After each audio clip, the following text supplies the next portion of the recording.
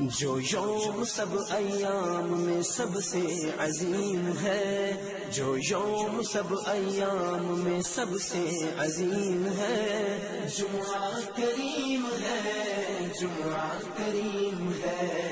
السلام علیکم۔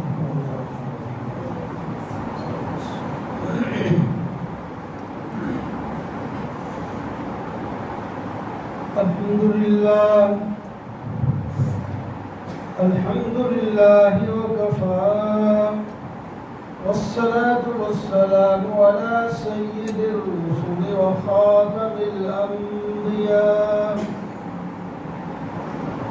أما بعد فقد قال الله تبارك وتعالى في كلامه المجيد والفرقان الحميد: أعوذ بالله من الشيطان الرجيم، بسم الله الرحمن الرحيم، إن الذين يحبون أن تشيع الفاحشة في الذين آمنوا لهم عذاب أليم في الدنيا والآخرة والله يعلم وأنتم لا تعلمون۔ صدق الله مولانا العظيم، وبلغنا رسوله النبي الكريم، ونحن على ذلك لمن الشاهدين والشاكرين والحمد لله رب العالمين۔ محترم و معزز سامعین، بزرگوں، دوستوں اور عزیز،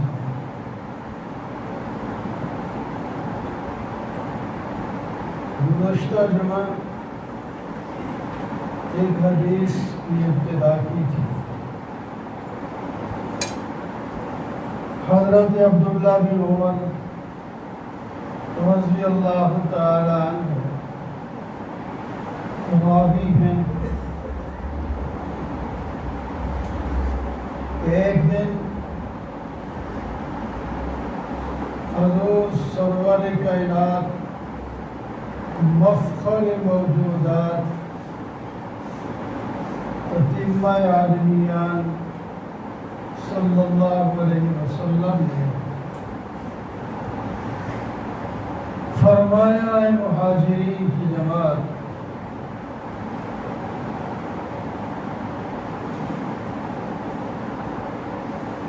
اس وقت تمہارا کیا بنے گا جب تم ان 5 چیزوں میں پھنس جاؤ۔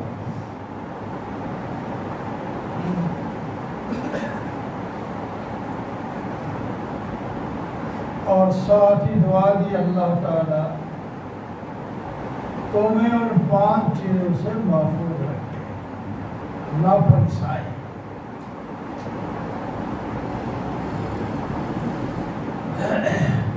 پھر اس کی تشریح فرماتے ہوئے فرمایا: جس قوم میں بے حیائی عام ہو جائے، جس قوم میں بے حیائی عام ہو جائے، اس قوم میں ایسی ایسی بیماریاں پیدا ہو جاتی ہیں جو کبھی سننے میں بھی نہیں آئی کہ ایسی بیماریاں بھی ہوتی ہیں۔ جیسا کہ آج کل آپ سنتے ہیں عجیب ترین بیماریوں میں مبتلا ہے۔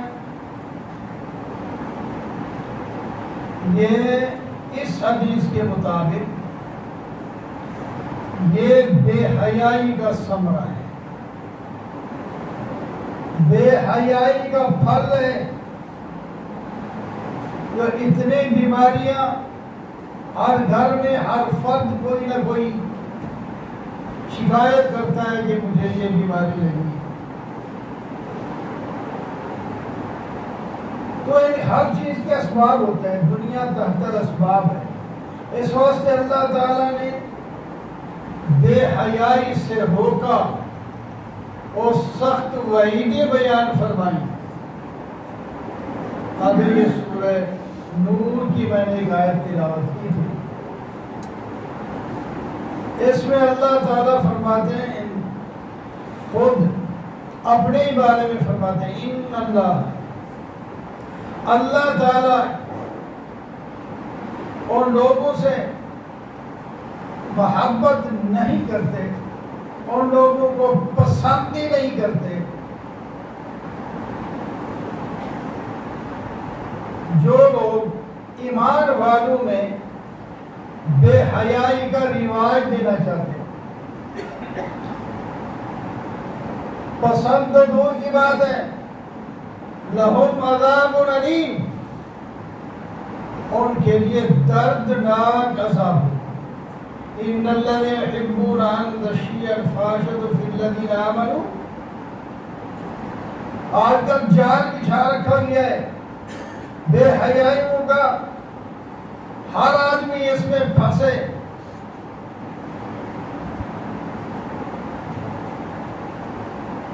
بے حیائی اللہ تعالیٰ کا دوسری جگہ ارشاد ہے، وَلَا تَقْرَبُوا الْفَوَاحِشَ مَا ظَهَرَ مِنْهَا وَمَا بَطَنَ۔ دوسری جگہ اللہ تعالیٰ نے یوں فرمایا، اللہ تعالیٰ نے حرام قرار دے دیا ہے، حرم ربی الفواحش ما ظہر منها وما بطن، اللہ تعالیٰ نے حرام قرار دے دیا ہے بے حیائی کو، کھلے بندو ہو یا چھپ چھپ کر ہو۔ بے حیائی کو پہلے نمبر پر اس آیت میں رکھا، حالانکہ اسی آیت میں شرک کا بھی ذکر ہے، وَأَن تُشْرِكُوا بِاللَّهِ مَا لَمْ يُنَزِّلْ بِهِ سُلْطَانًا، جھوٹ کا بھی ذکر ہے، یہ اپنی جگہ بڑے بڑے گناہ ہیں۔ وَأَن تَقُولُوا عَلَى اللَّهِ مَا لَا تَعْلَمُونَ، لیکن بے حیائی کو پہلے نمبر پہ رکھا ہے اس آیت میں، بے حیائی کو اللہ نے حرام قرار دے دیا ہے۔ وَلَا تَقْرَبُوا، اور تم ان بے حیائیوں کے قریب تک نہ جاؤ۔ اور پھر کسی قرآن میں اور بے حیا لوگوں کا ذکر بھی فرما دیا جن پر اللہ تعالیٰ نے دنیا میں ایک عجیب قسم کا عذاب بھیجا، وہ ہے قوم لوط۔ حضرت لوط علیہ السلام فرماتے ہیں اپنی قوم کو، انکم لتأتون الفاحشۃ ما سبقکم بہا من احد من العالمین، اور تم لوگ ایک ایسا بے حیائی کا کام کرتے ہو کہ تم سے پہلے کسی قوم نے نہیں کیا، ان کے ذہن میں بھی نہیں ہے کہ ایسی بے حیائیاں بھی ہوتی ہیں۔ انکم لتأتون الرجال شہوۃ من دون النساء، تم لوگ یہ بے حیائی نہیں کھڑ کے بیٹھ گئے ہو کہ تم اپنی شہوت بچوں سے پورا کرتے ہو، اور جو چیزیں تمہارے لیے پیدا کی گئی ہیں ان کی طرف تم دھیان ہی نہیں دیتے۔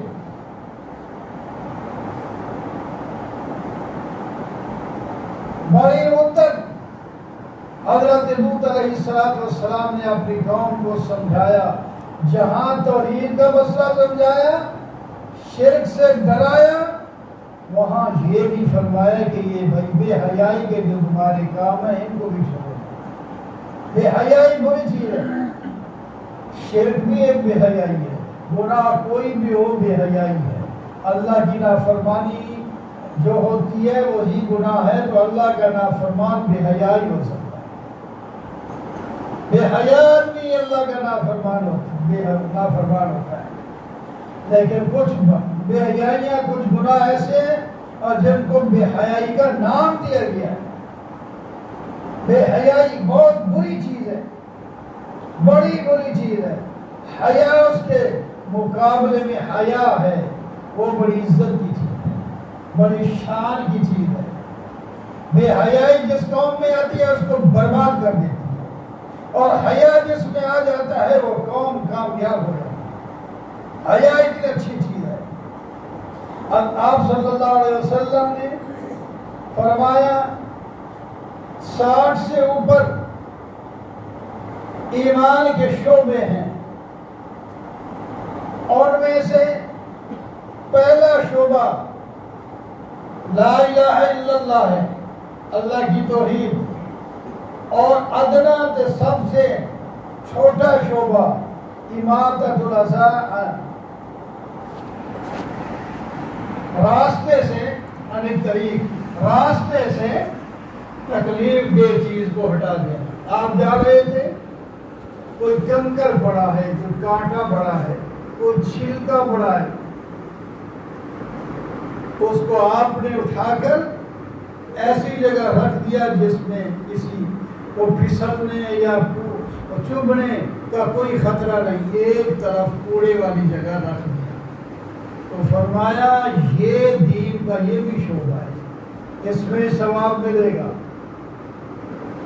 ایک حدیث پاک میں آتا ہے ایک آدمی راستے میں جا رہا تھا، راستے میں درخت تھا، وہ جب لوگ وہاں سے گزرتے تو ان کو تکلیف دیتا، منہ پر کوئی ٹہنی لگتی، کپڑے پر لگتی، کپڑا اڑ جاتا، ٹوپی ہٹ جاتی، یہ وہ تکلیف ہوتی. تو اس نے 3 روایتیں آخری بتاتا ہوں. ایک ہے درخت کو کاٹ دیا، راستہ صاف کر دیا. دوسری میں وہ جو ٹہنی راستے پر آتی تھی لوگوں کو تکلیف دیتی تھی، اس کو صرف ہٹا دیا، اس کو کاٹ دیا، درخت ویسے ہی رہنے دیا. تیسری روایت میں ہے کہ اس ٹہنی کو بھی کاٹا نہیں، اس کو پکڑ کے باندھ دیا دوسری ٹہنیوں کے ساتھ تاکہ یہ نیچے لٹک کر لوگوں کو تکلیف نہ پہنچائے. اللہ تعالیٰ نے اس کو اس فعل کے بدلے میں جنت میں داخل کیا. تو یہ دین کے شعبوں میں سے یہ ہم تو یہ جاتے ہیں راستے میں، ہم مسجد میں نماز پڑھنے آتے ہیں، ٹوپی سامنے پڑی ہوتی ہے، اس کو چونگے مارتے جاتے ہیں، اٹھانا نہیں، یہ مؤذن اٹھائے گا یا اٹھائے گا. کوئی چیز پڑی ہے اگر بیچا تو شور تو ڈال دیں گے یہ کیوں کیا ہے، یہ سب سیدھی کیوں نہیں ہے، اور یہ موٹور بھی کیوں یوں پڑی ہے، یہ ہے وہ کدھر گیا، وہ کدھر گیا. یہ ہر کدھر گیا تو مسلمان نہیں، یہ چھوٹا سا کام ہو جاتا تھا، تب کیا ہوتا ہے. آپ ثواب میں آپ بڑی ثواب چاہیے. آپ اتنے اونچے ہیں، اپنے اتنے اونچائی کو رہنے دے. اونچا بندہ تب ہوتا ہے جب نیچے ہو. من تواضع للہ رفعہ اللہ، نبی علیہ السلام فرماتے ہیں جو اللہ کے لیے عاجزی کرے اللہ تعالیٰ اس کو اونچا کر دے، اور جو تکبر کرے اللہ تعالیٰ اس کو نیچے کر دے. یہ صحیح بات ہے، بہترین سمجھایا ہے آپ صلی اللہ علیہ وسلم نے. ہمیں مسجد میں کے کوئی کام میں کوئی حصہ آگے ان کے جتنے چلتے رہ گئے چلنے دو، ہمیں کیا وہ موزے آئے گا تو بند کرے گا، یہ پہلے کیوں نکل گیا. اسی کے نیچے نماز پڑھ رہے ہیں چلے جائیں گے، کوئی بھی نہیں پڑھ رہا، وہ پنکھا نہیں بند کرنا، کوئی بند کرتا ہے لیکن اکثر نہیں بند کرتا. چل یہ ہماری کوئی ذمہ داری ہے. تو نبی علیہ السلام فرما رہے ہیں کہ تم نے تکلیف دے راستے سے چیز ہٹا دی تو جنت میں چلے جاؤ.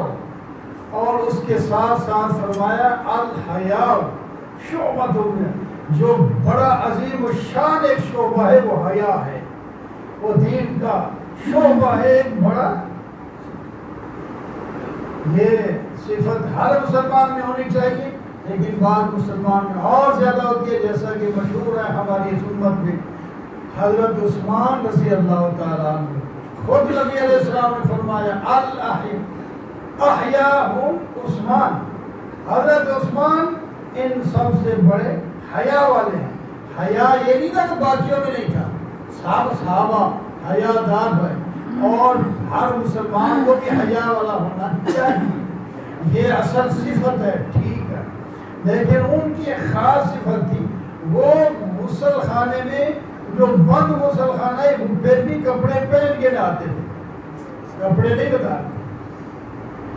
اتنا حیا نبی علیہ السلام. پھر جب ایک خود اپنی حیا والا ہو تو دوسرے بھی حیا کرتے. نبی علیہ السلام تشریف فرماتے، حضرت عمر آئے، حضرت ابوبکر آئے، آپ ذرا لیٹے یوں سہارا لگائے ہوئے تھے اور چادر تھوڑی سی پنڈلی جو آدھی پنڈلی ہے وہ خالی تھی. حالانکہ یہ گھٹنے سے نیچے وہ شرم گاہ نہیں ہوتی, وہ ظاہر بھی ہو جائے کوئی بات نہیں, یعنی ایسے گھٹنے سے نیچے گھٹنا جو ہے یہ بات حیوان جو ہے ماشاءاللہ کچے چھوٹے چھوٹے پہن کر جو گھٹنوں سے اوپر ہوتے ہیں اور ہوتے بھی تنگ ہیں, یہ بے حیائی ہے. آگے بھی اپنی عورتیں بھی ان کے ساتھ ہوتی ہیں, دوسری عورتیں بھی آگے پیچھے ہوتی ہیں, اور وہ آگے مزے سے وہ جا رہا ہے, اور نکر پہنی ہوئی ہے, کچھا پہنا ہوا ہے, اور جناب وہ ہے بھی وہ تنگ, اس کا ایک کپڑے کا کیسے رنگ چیز وہ جگہ اور نظر نہیں آ رہی, لیکن باقی انسان کی ہر چیز سمجھ میں آ جاتی ہے, نظر آ رہی ہے. یہ بھی بڑی بے حیائی ہے, بڑی بے زبردست بے حیائی. اس واسطے اس کو ایسے جو ہے خیال رکھنا چاہیے.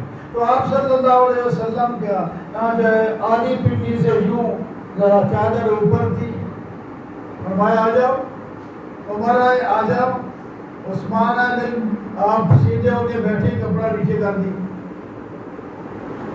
بعد میں حضرت عائشہ صدیقہ رضی اللہ تعالی عنہ نے پوچھا, ابو میرے ابو آئے, عمر آئے, آپ اسی طرح رہے, عثمان آئے تو آپ سنبھل کے بیٹھے ہو, کپڑا نیچے کر دیا. تو فرمانے لگے جس شخصیت سے اللہ کے فرشتے بھی حیا کرتے ہیں, میں کیوں حیا کرتا, اللہ کے فرشتے بھی حیا کرتے ہیں, اتنے شان والے, اور انہیں کو لوگوں نے ظلم کر کے ترسا کے تڑپا کے مارا ہے, برداشت کر کے جنت میں اونچے درجے ہوئے. تو میرے دوستوں, بے حیائی بہت بڑی بری چیز ہے. یہ ان میں سے ایک بے حیائی نہ صرف یہی لواطت ہی بے حیائی ہے, باقی بھی حیائی ہیں. تو یہ لواطت والی عوام بازی والی جو بیماری ہے یہ قوم لوط میں پیدا ہوئی. اس وقت اتنا تھا فاشن ما سبقکم بها من العالمین. تو پھر ان پر عذاب بھی ایسا نیا آیا. اللہ تعالیٰ نے فرمایا اب ان کو عذاب دیا جاتا ہے اور ان پر پتھروں کی بارش برسی, پتھروں کی بارش برسی, اور وہ نامزد تھے ہر پتھر کو یہ حکم ہوتا ہے تو نے فلانے کے سر میں لگنا ہے اور اس کو مارنا ہے, وہ سیدھا اسی کے سر پہ لگتا تھا. جب پتھروں کا عذاب مکمل ہوا پھر جبرائیل علیہ السلام کو حکم ہوا, حضرت جبرائیل علیہ السلام نے پوری بستی کو اپنی پر کی نوک پر اٹھایا اور اونچا لے گئے اور پھر نیچے پٹک دیا, اور آج تک نہ پڑی. یہ ہے بے حیائیاں. ان الذين يحبون ان تشيع الفاحشة في الذين آمنوا لهم عذاب أليم في الدنيا والآخرة. آخرت میں نہیں, دنیا میں بھی عذاب آئے گا, دنیا میں بھی عذاب آئے گا. اللہ اکبر, دنیا میں بھی عذاب آئے گا. تو میرے دوستوں اور بزرگوں, دین سیکھنا چاہیے ہمیں, حیادار بننا چاہیے ہمیں.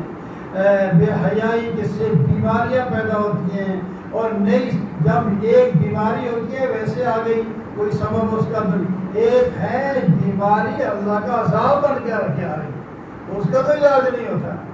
وہ تو جتنا علاج کریں گے اتنے بیماری بڑھتی چلی جائے گی, جتنی وہ ہے جو عذاب کی صورت میں آئی ہے. جب اللہ تعالیٰ کے نبی فرما رہے ہیں بے حیائی جو قوم کرتی ہے اس پر ایسی بیماری مسلط کر دی جاتی ہے کہ ایسی بیماری اس میں کبھی دیکھی اور سنی بھی نہیں ہوگی.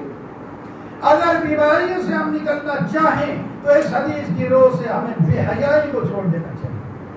بے حیائیوں کو چھوڑ, بیماری ہوتی رہتی ہے تھوڑی بہت کچھ نہ کچھ ہوتی رہتی ہے, لیکن جو کہ عذاب کی شکل میں آئے اس سے تو چھٹکارا مل جائے گا نا.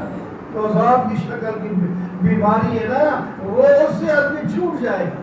تو میرے دوستوں اور بزرگوں, ہمیں چاہیے کہ ہم با حیا بن جائیں, اور با حیا کی عزت دنیا میں بھی ہے آخرت میں بھی ہے.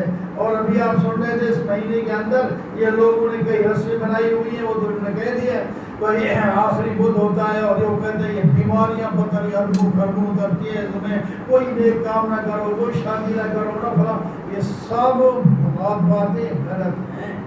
اس واسطے اس کے مہینے کے نام سفر المظفر کا نام لگا دیا تاکہ یہ لوگ بیماری والا مہینہ نہ سمجھیں، یہ تو کامیابی اور مظفر کا معنی کامیابی ہوتی ہے نا، سفر المظفر، یہ مہینہ تو کامیابیوں کا مہینہ ہے، اس سے کیوں ڈرتے ہیں؟ شادیاں کرنے سے یا تجارت کرنے سے یا وہ کام کرنے سے یہ کام کرنے، بدعات والے کام جلدی جلدی کرتے ہیں اور گناہ والے کام بھی جلدی جلدی کرتے ہیں، اور جو اچھے کام ہیں ان سے جو ہے وہ دوری اختیار کرتے ہیں۔ تو اس مہینے میں یہ جو ہمارا دماغ بنا ہوا ہے کہ بیماریاں آتی ہیں اور پھر اس کے ساتھ ساتھ کوئی بدعات رکھتے ہیں، یوں کرو تو بیماری ٹل جائے گی، یوں کرو تو بیماریاں ٹل جائیں گی، یہ اپنی بنائی ہوئی باتیں ہیں۔ ہر حدیث جو سیاستہ کی کتابیں سب میں یہ تو پتہ چلتا ہے کہ یہ لوگوں کے ذہن میں پہلے سے بیٹھا ہوا ہے، نبی علیہ السلام کی امت سے بھی پہلے، تب تو آپ صلی اللہ علیہ وسلم نے رد کیا ہے نا۔ یہ لوگوں کے دل میں یہ ایسی بات تھی، ہے یہ پرانی بات، اس کی ہم نہیں کہتے کہ اب کوئی باتیں تو اب شروع ہو گئی ہیں، اور بہت سی باتیں پرانی بھی جاہلیت سے آ رہی ہیں، شیطان نے ڈالی ہوئی ہیں، کہ یہ پہلے سے آ رہی تھی۔ اس واسطے آپ صلی اللہ علیہ وسلم نے اس کی خوب واضح طور پر تردید فرمائی، اور اس واسطے ہمیں بھی چاہیے کہ ہم اپنا دماغ صاف کر لیں کہ یہ مہینہ بیماریوں کا نہیں ہے۔